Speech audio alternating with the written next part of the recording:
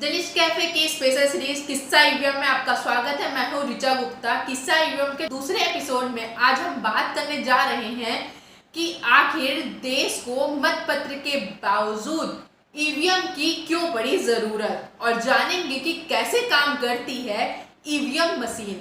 साल 1957 में भारतीय लोकतंत्र में बूथ कैप्चरिंग जैसी समस्याएं तेजी से बढ़ रही थी। साल 1947 में लोकसभा चुनाव के दौरान ये समस्याएं बड़ा रूप लेती जा रही थी।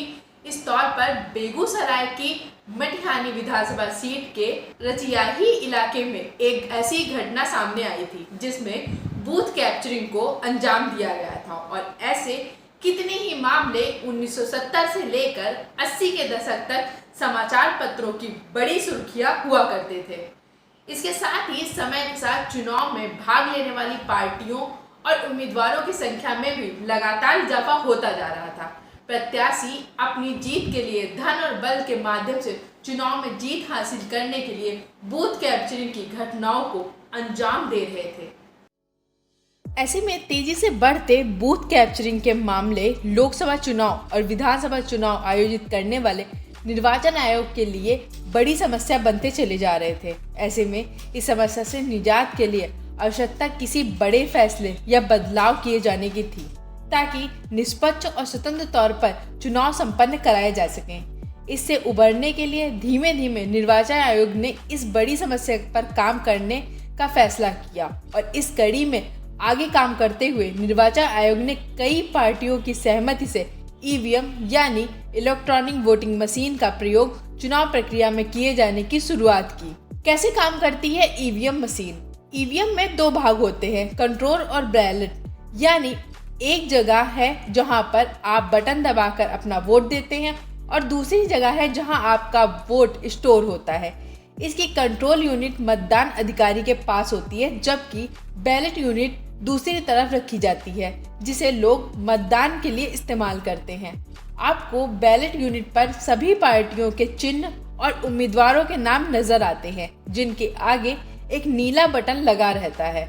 आप इस बटन को दबाकर वोट देते हैं। वहीं कंट्रोल यूनिट पर बैलेट मार्क वाला एक बटन होता है, जिसे दबाने के बाद दूसरा वोटर अपना वोट डाल पाता है।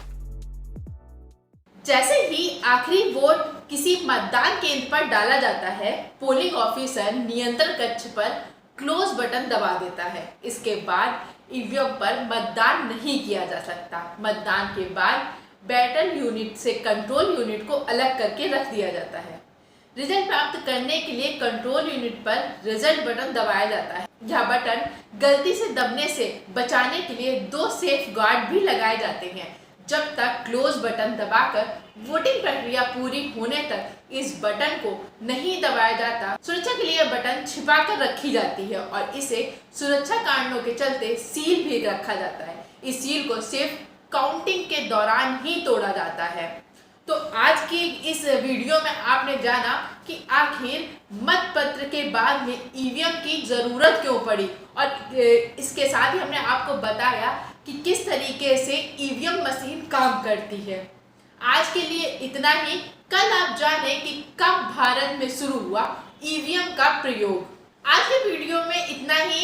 बाकी बड़ी खबरों के लिए और ऐसी जानकारी के लिए आप बने रहें हमारे चैनल जर्नलिस्ट कैफे के साथ। तब तक के लिए धन्यवाद।